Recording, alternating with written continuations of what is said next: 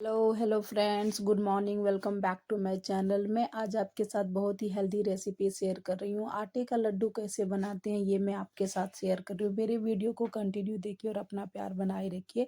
इसको बनाना बहुत इजी और खाने में बहुत हेल्दी लगता है। इसे बच्चे बड़े सब बड़े प्यार से खाते हैं। आप एक बार ज़रूर बना करके ट्राई कीजिएगा। इसके लिए मैंने लिया है कुछ ड्राई फ्रूट्स, किशमिश, बादाम, इलायची, मखाना, काजू, गोंद, पिस्ता, पीनट्स, आटा, भूरा और एक कटोरी मैंने घी लिया है।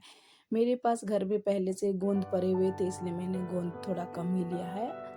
लड्डू कैसे बनाती हूँ वो मैं आपके साथ शेयर कर रही हूँ। चलिए अब मैं बनाना स्टार्ट करती हूँ। इसके लिए मैंने एक कढ़ाई लिया है और कढ़ाई को गैस का फ्लेम ऑन करने के बाद मैं उसको गर्म करने के लिए रख दी।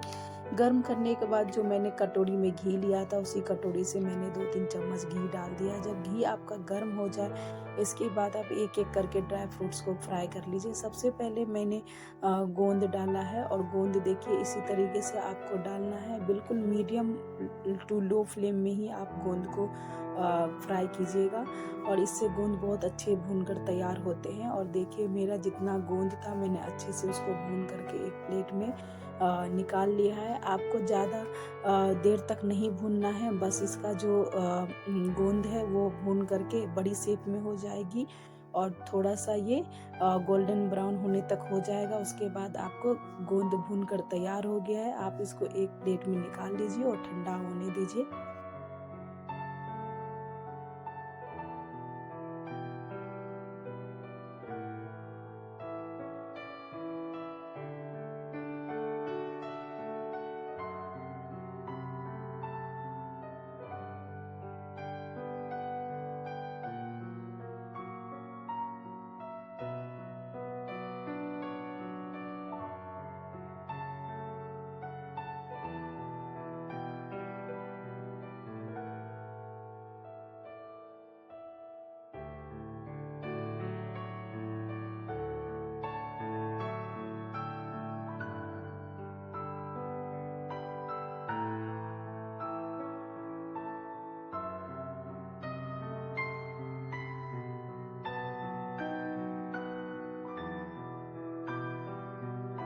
इसके फ्लेम को पूरे लो कर दीजिए। इसके बाद मैंने किशमिश को भूना है और किशमिश के लिए मैंने गैस फ्लेम को लो किया, मैंने तो ऑफ ही कर दिया था और मैंने ऑफ में ही भुना है किशमिश को, क्योंकि किशमिश बिल्कुल बहुत जल्दी भुन जाती है, इसलिए मैंने गैस को बंद करके ही भुना है। आप कोशिश कीजिए गैस के फ्लेम को बंद ही कर दीजिए। घी जितना गर्म रहता है उसी में किशमिश अच्छे से भुन जाती है। जब मेरा किशमिश भुन गया इसको भी मैंने एक प्लेट में निकाल लिया है।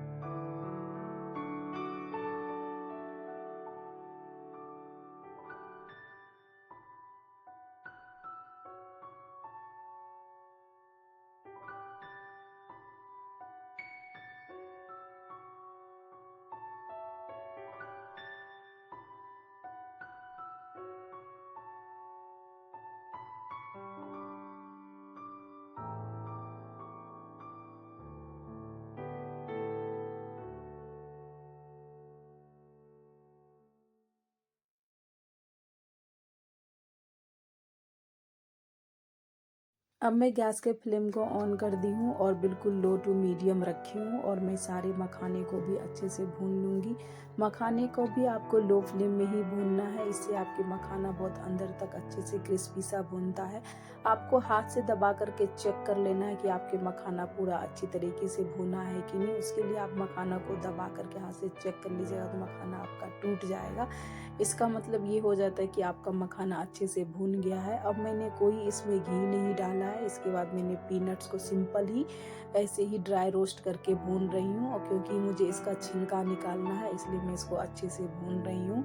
और ये देखिए मैंने पीनट्स को थोड़ा सा मीडियम फ्लेम में ही भूना है ताकि अच्छे से इसका चटकने की आवाज़ आ जाए।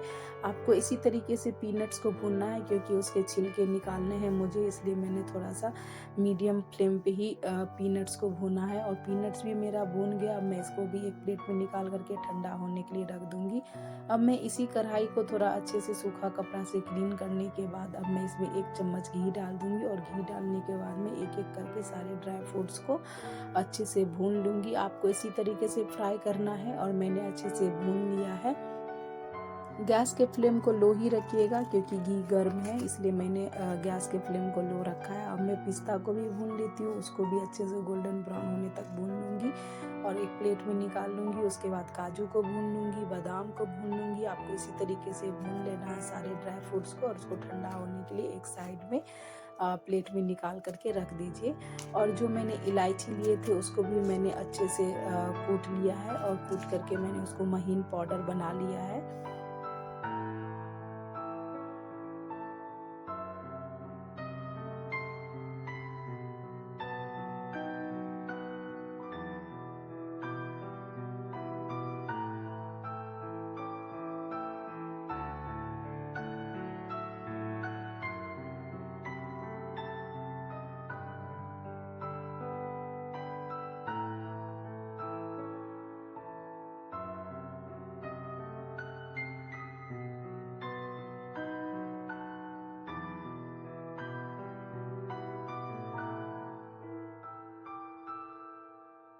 काजू को भी मैंने लो फ्लेम में ही भुना है और काजू को भी मैंने एक प्लेट में निकाल लिया है। काजू किशमिश की एक खासियत होती है कि जब आप भून करके उसको साइड में रख दीजिएगा तब भी वो थोड़ा देर तक अच्छे से पकता है और उसके कलर भी अच्छे से आ जाते हैं, इसलिए आपको ज़्यादा नहीं पकाना है, बस हल्के हल्के ही फ्राई करनी है। और मेरा सारे ड्राई फ्रूट्स में एक एक करके भून करके सेपरेट एक प्लेट में निकाल करके ठंडा होने के लिए रख दूँगी। जब वो ठंडा हो जाएगा उसके बाद मैं उसको मिक्सी जार में एक एक करके पीस लूँगी।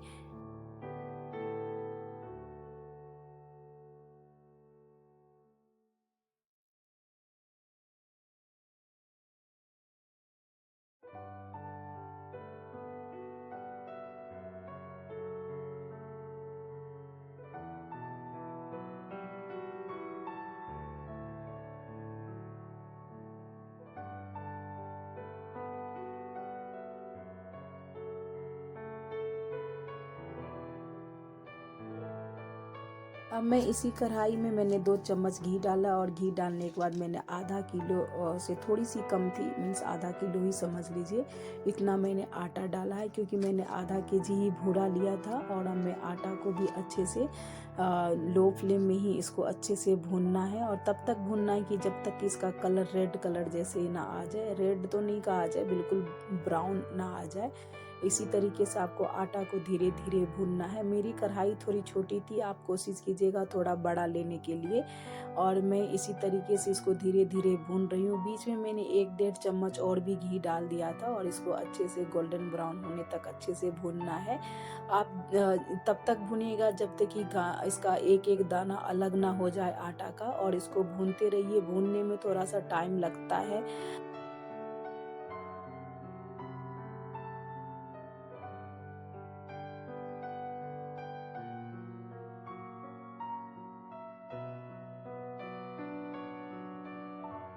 आटा को लो फ्लेम में ही भूनना है और भूनते रहिए, और लो फ्लेम में भूनने से आटे की खुशबू बहुत अच्छी आती है। आपको तब तक भूनना है जब तक कि एक एक दाना के साथ घी अच्छे से आटा के साथ चिपक ना जाए। और जब आप इसको भूनते रहिएगा तो देखिएगा कि इसके जो टेक्सचर हैं आटे के वो बिल्कुल अलग ही दिखाई देते हैं। आपको इसको बिल्कुल ब्राउन होने तक भूनना है और तब तक भूनते रहिए। और जब ये भून जाएगा तो आप इसको एक प्लेट में ज़रूर निकाल लीजिएगा। तुरंत ही निकाल लीजिए, कढ़ाई में बिल्कुल मत रखिए, नहीं तो वो नीचे से जल जाएगी और बिल्कुल टेस्ट जो है वो बिल्कुल ख़राब हो जाएगा। इसलिए मैंने इसको भूनने के बाद एक प्लेट में तुरंत ही निकाल लिया था, नहीं तो इसके आटे के कलर जो है वो बिल्कुल चेंज हो जाते हैं और जो देखने में अच्छा नहीं लगता है। जब आपका आटा भून जाए तो आप इसको एक प्लेट में निकाल करके ठंडा होने के लिए रख दीजिए।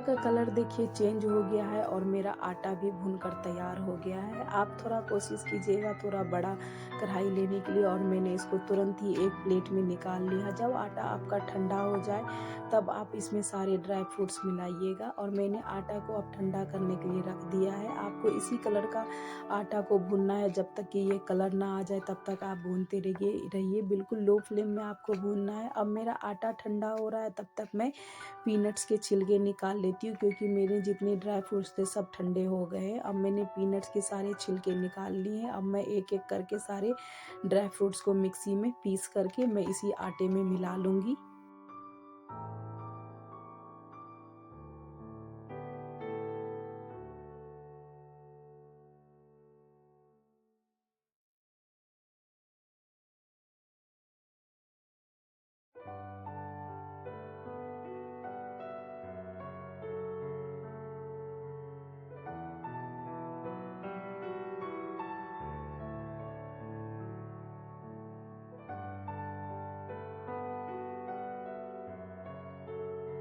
लड्डू के मिक्सर तैयार करने के लिए मैंने एक बड़ा सा परात लिया है। उसमें मैंने जो भुना हुआ आटा था, सबसे पहले मैंने आटा को ट्रांसफ़र कर दिया है, और मैं एक एक करके जितने भी ड्राई फ्रूट्स थे उसको भी मैं पीस करके इस आटे में मिला लूँगी।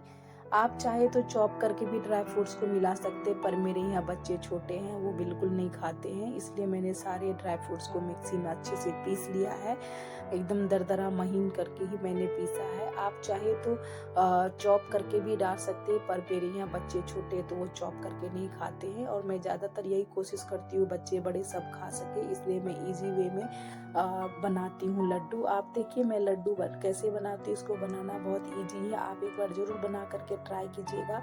जो लोग मेरे चैनल पे नए हैं और जो लोग मेरे चैनल को सब्सक्राइब नहीं किए, please subscribe my YouTube channel. अब मैं सारे ड्राई फ्रूट्स को इसमें मिला दूँगी, और जब हाँ, अच्छे से ड्राई फ्रूट्स को एक दूसरे के साथ मिल जाएगा, उसके बाद मैं इसमें हाफ़ केजी बूरा भी मिला दूँगी।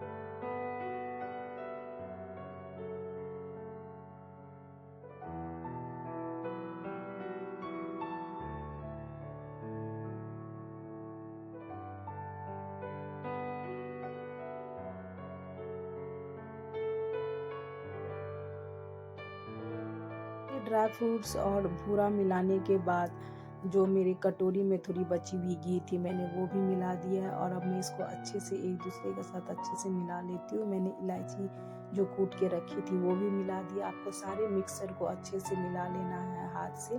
अब मेरी जो भूरा थी वो थोड़ा-थोड़ा बीच में लम्स था, मैं उसको भी हाथ से तोड़ करके मैंने मिला लिया है। मखाने भी मैंने पीस करके मिला दिया था। मेरे जितनी भी ड्राई फ्रूट्स थे सबको मैंने पीस करके अच्छे से मिला लिया। आपको इसी तरीके से मिला लेना है अंदर बाहर हर जगह से जो घी है वो एक दूसरे के साथ चिपक जाए। मैंने ज़्यादा घी नहीं डाला है, जो मैंने 1 कटोरी घी रखा था मैंने उसी घी में पूरा लड्डू बनाया है। और अब देखिए मेरा जो मिक्सर था वो बनकर तैयार हो गया है। अब मैं हाथ से इसको एक-एक करके सारे लड्डू को बाँध लूँगी। लड्डू को बाँधने में थोड़ा-सा टाइम टेकिंग लगता है, पर लड्डू बहुत अच्छे बनकर तैयार होते हैं। ये ड्राई होती है तो ये ज़्यादा दिन तक चल भी जाता है। आप आराम से महीने 2 महीने आराम से आप टाइट कंटेनर में रख दीजिए और ये 1 महीना 2 महीना तक बिल्कुल ख़राब नहीं होता है और ये खाने में बहुत टेस्टी लगता है और हेल्दी भी है। आप एक बार ज़रूर इसको बना करके ट्राई कीजिएगा। और देखिए मैंने मिक्सर को अच्छे से मिला लिया और अब मैं एक-एक करके सारे लड्डू बाँध लूँगी।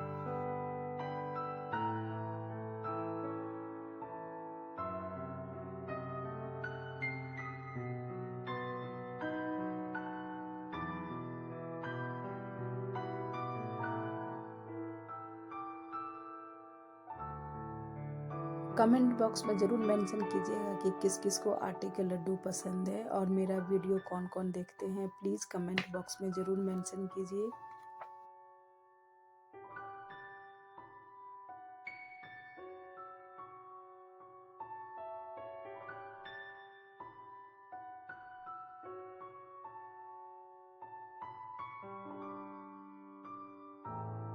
तरीके से मैं लड्डू बांध रही हूँ, आप इसी तरीके से लड्डू बांध लीजिएगा। आपको यदि छोटा साइज चाहिए तो आप छोटा शेप में भी बांध सकते हैं। मैंने थोड़ा मीडियम साइज ही रखा है क्योंकि मुझे थोड़ा और भी काम था, मुझे बाहर जाना था तो मैंने सोचा थोड़ा बड़ा साइज रखती हूँ, जल्दी जल्दी लड्डू बन जाएंगे।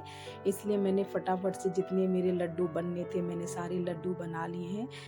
हाफ़ केजी आटा और हाफ़ केजी बूरा में देखिए कितने ज़्यादा मेरे लड्डू बनकर तैयार हुए हैं और ये देखने में बहुत अच्छा लगता है, खाने में बहुत टेस्टी लगता है और ख़ास करके ये बच्चों को भी बहुत पसंद आते हैं। मैंने सारे ड्राई फ्रूट्स को अच्छे से पीस करके मैंने बनाया था, तो मेरे बच्चे भी आराम से खाते हैं। ये देखिए मेरा लड्डू बनकर तैयार हो गया। आइए आप भी मुँह मीठा कर लीजिए। यदि आपको मेरा ब्लॉग पसंद आ रहा है तो प्लीज़ लाइक, शेयर और सब्सक्राइब करना मत भूलिए। Thank you.